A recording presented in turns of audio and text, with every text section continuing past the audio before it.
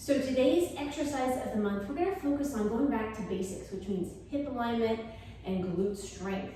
So one of the things that you can really focus on, just doing warm-ups, involves bar work. Of course, we often do a lot of bar work, but let's think about endurance of holding those positions, because that's what you have to do in Highland dancing. So we're going to start first by finding your first position, squeezing your bum, right? Not tucking under this way, but squeezing your bum enough that we don't have that kind of lower back sway and our bum poking out. So we want to squeeze the bum enough so our hips are what we call neutral position, okay?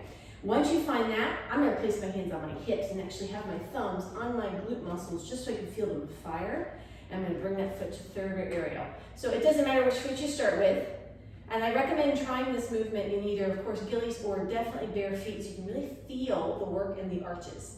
We're going to hold here for about 5 seconds, squeezing and feeling the glutes engage. Awesome posture holding that.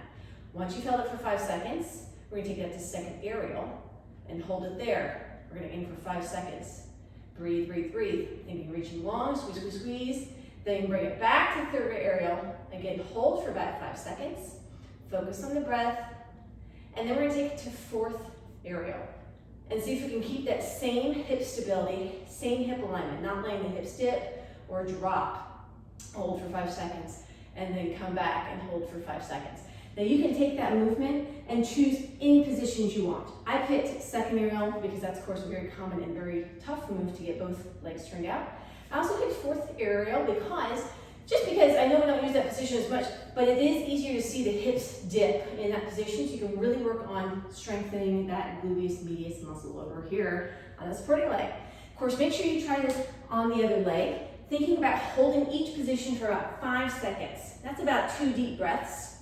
All right, so the dancer is encouraged to breathe as well as focus on staying engaged and aligned, okay? So if you try that about 2 to 3 times at the most on each side, then the dancer starts to develop that awareness of keeping the glutes engaged and keeping the abs engaged to support that position in the hips during that. So that's it. We're going back to basics in that move, so try them out in your next warm-up and see how it goes.